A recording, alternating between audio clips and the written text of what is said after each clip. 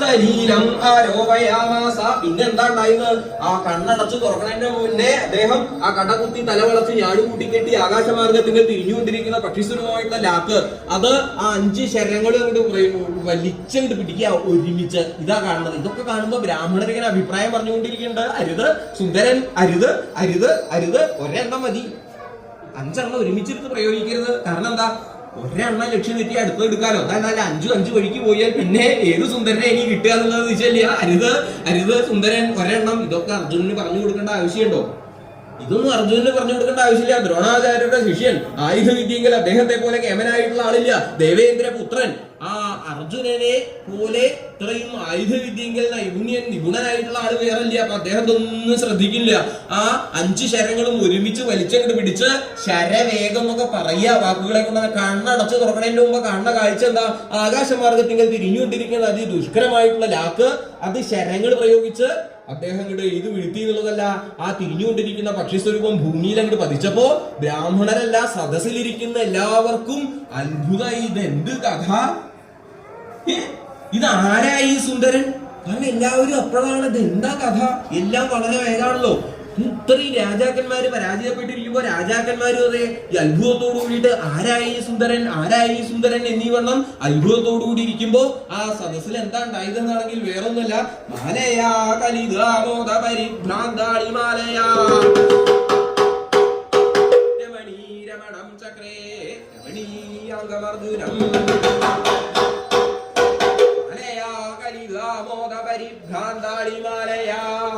ആ പാഞ്ചാലി സുന്ദരിമാരായിട്ടുള്ള സഖിമാരുടെ നടുക്കില് അങ്ങനെ ഒരു സുന്ദരൻ ആ 5 ശരങ്ങളെ കൊണ്ട് ലക്ഷ്യം ഛേദിച്ചിട്ടുണ്ട് എന്നുള്ളതാണ്. മരങ്ങളിലോ പുഷ്പങ്ങളില് തേന്നു കൊണ്ടുകൊണ്ടിരിക്കുന്ന വണ്ടുകൾക്ക് അടക്കം തട്ടി. അയാൾ അടക്കം തട്ടിയപ്പോ വണ്ടുകൾ അതിന് ചുറ്റുമായി പറന്നു നടക്കാൻ തുടങ്ങി. ഇത് പിടിച്ച് പാഞ്ചാലി വരുമ്പോ ദൂരത്തുനിന്ന് 2 മാല പിടിച്ചിട്ടാണോ പാഞ്ചാലി വരുന്നത്? ഹരിതമായിരിക്കുന്ന ആമോദത്തോടുകൂടെ പരിഭ്രമിച്ചുകൊണ്ടിരിക്കുന്ന അടിബോധങ്ങളെ കൊണ്ട് ചുറ്റപ്പെട്ടിട്ടുള്ള മാല.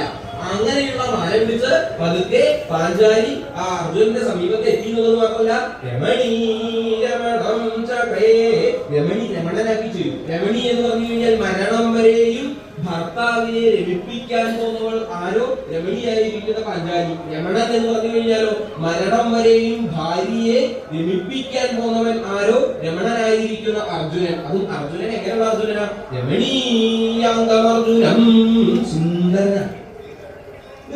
ആ സുന്ദരിക്ക് ചേർന്ന സുന്ദരൻ. അതാണ് ആ സഭാമധ്യത്തിൽ 2 പേരും അങ്ങനെ നിൽക്കുമ്പോ സഭാവാസികൾക്ക് മുഴുവൻ തോന്നിയത് എന്താ? എല്ലാവരും ഒരേ പ്രകാരത്തിലാ അവർക്ക് തോന്നിയത്. ആ സുന്ദരന് ചേർന്ന സുന്ദരൻ സുന്ദരിയാണല്ലോ, സുന്ദരിക്ക് ചേർന്ന സുന്ദരനാണല്ലോ. ഇത്ര നേരം ആ വിവാഹത്തിന് വേണ്ടിയിട്ടും എല്ലാവരും ഉത്സാഹമായിട്ട് കാത്തിരുന്നപ്പോ ആ സുന്ദരിക്ക് ചേർന്ന സുന്ദരനെയാണല്ലോ കിട്ടിയത്. അനുരൂപനായിട്ടുള്ള ഭർത്താവിനെയാണല്ലോ ആ പാഞ്ചാലിക്ക് ലഭിച്ചത് എന്നീ വണ്ണം എല്ലാവരും മനസ്സിൽ വിചാരിച്ചു. കാരണം എന്താ? ആ വിവാഹത്തിന് ചെല്ലുമ്പോ ആദ്യമായിട്ട് ആ മണ്ഡപത്തുനിന്ന് വധുവിനെയും വരനെയും കാണുമ്പോ അങ്ങനെ അപൂർവ മുഹൂർത്തങ്ങളിൽ അങ്ങനെ ഉണ്ടാകുന്ന ഒതുങ്ങില്ലേ.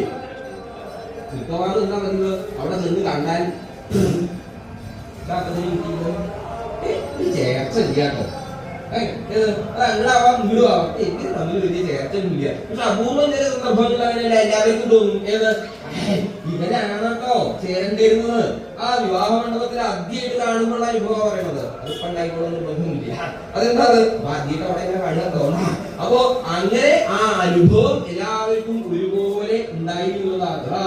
അങ്ങനെ എല്ലാവരും മനസ്സിൽ ഒരുപോലെ പറഞ്ഞുകൊണ്ടിരിക്കുമ്പോൾ ആ ഭംഗിയുള്ള പാഞ്ചാലി ഭംഗിയുള്ള കൈകളെ കൊണ്ട് ഭംഗിയുള്ള മാല, ഭംഗിയുള്ള അർജുനന്റെ ഭംഗിയുള്ള കഴുത്തില് ഭംഗിയെല്ലാം അലങ്കരിച്ചു. അത് അലങ്കരിക്കുന്ന സമയത്ത് സാക്ഷാൽ ഭഗവാൻ സ്വാമി ശ്രീകൃഷ്ണൻ അദ്ദേഹം ആ സഭാമധ്യത്തിൽ അങ്ങനെ ശോഭിച്ചുകൊണ്ട് വശാകുകയാണല്ലോ. അദ്ദേഹത്തിന്റെ ആ ശോഭ എന്തെന്നില്ലാതെ 10 മടങ്ങ് ആ സദസ്സിൽ മുഴുവൻ വ്യാപിച്ചു വശയായി. ഭക്തജനങ്ങൾ മുഴുവൻ ആ ഭഗവാൻ സ്വാമി ശ്രീകൃഷ്ണനെ തന്നെ നോക്കിക്കൊണ്ടിരിക്കുക. കാരണം എന്താ?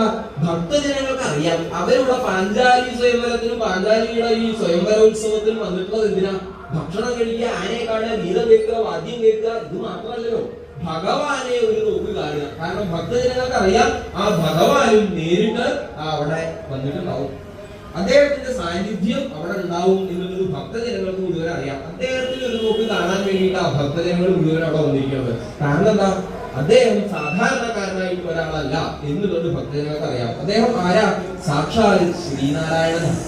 ഭക്തജനങ്ങൾ മുഴുവൻ കൃഷ്ണ കൃഷ്ണ മുകുന്ദ ജനാർദ്ദന ഗോവിന്ദ മാധവ എന്നിങ്ങനെയുള്ള ഓരോരോ നാമജപോദ്ഘോഷങ്ങളെ കൊണ്ട് ആ പാഞ്ചാല രാജധാനി മുഴുവൻ ഭേദമാക്കി തീർന്നപ്പോ തന്നെ സേവിക്കുന്ന സകല ഭക്തജനങ്ങളെയും കാത്തുരക്ഷിച്ചുകൊണ്ട് തന്റെ പരമഭക്തനായിട്ടുള്ള അർജുനന്റെയും പരമഭക്തയായിട്ടുള്ള പാഞ്ചാലിയുടെയും വിവാഹം ആയത് മംഗളമാക്കി തീർത്തുകൊണ്ട് ആയവിടെ സാക്ഷാൽ ഭഗവാൻ സ്വാമി ശ്രീകൃഷ്ണൻ ഭക്താനുഗ്രഹതൽപരനായി പാഞ്ചാല രാജധാനികൾ സത്യഭാമയോടും ബലഭദ്രരോടും യാദവ സൈന്യത്തോടും കൂടി വർദ്ധിക്കുകയുണ്ടായത്.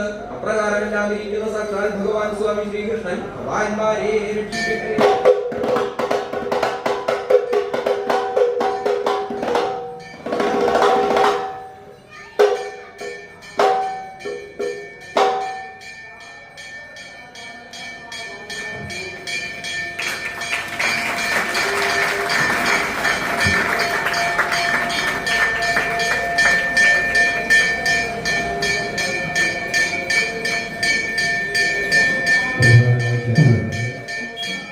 ചാക്യാർകൂത്തനായി ക്ഷേത്ര കല അവതരിപ്പിക്കാൻ അവസരമൊരുക്കി തന്ന ഇതിൻ്റെ നല്ലവരായ ഭാരവാഹികളോടും കൂടാതെ ഇത്രയും സമയം സശ്രദ്ധ വീക്ഷിച്ചിരുന്ന നല്ലവരായ ഭക്തജനങ്ങളോടും ഞങ്ങളുടെ അഗൈതവുമായ നന്ദി രേഖപ്പെടുത്തിക്കൊള്ളുന്നു.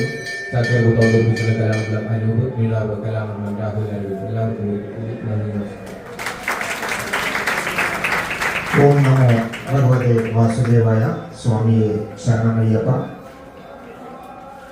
ചാക്യാർകൂത്ത് അവതരിപ്പിച്ച കലാമണ്ഡലം ശ്രീ അനൂപിനും കൂടാതെ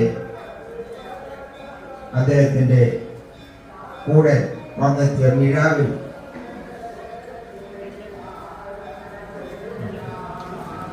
മിഴാവ് കൈകാര്യം ചെയ്ത ശ്രീ രാഹുലിനും പൊവൈ ഹരിയോം നഗർ അയ്യപ്പ വിഷ്ണു ക്ഷേത്രത്തിൻ്റെ പേരിൽ വളരെയധികം നന്ദി രേഖപ്പെടുത്തുന്നു. ഇനിയും അനവധി വേദികളിൽ ഈ ചാക്യാർകൂത്ത് അവതരിപ്പിക്കുവാൻ ജഗദീശ്വരൻ അവസരം നൽകട്ടെ എന്ന് ആശംസിക്കുന്നു. ഇനി ഈ കലാകാരന്മാർക്ക് ദക്ഷിണ നൽകി ആദരിക്കുകയാണ്. ശ്രീ ദാമോദരൻ നായർ,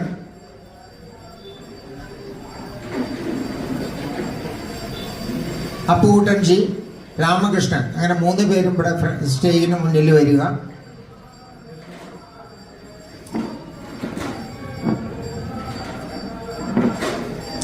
ആദ്യമായിട്ട് ഈ ചാക്യാർകൂത്ത് അവതരിപ്പിച്ച ശ്രീ കലാമണ്ഡലം അനൂപിന്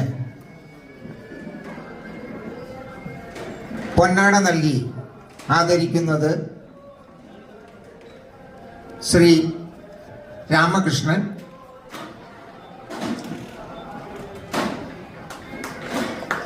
നമ്മുടെ ഒരു ട്രസ്റ്റിയാണ്, ഇപ്പോഴത്തെ ജോയിന്റ് സെക്രട്ടറിയാണ് ശ്രീ രാമകൃഷ്ണൻ.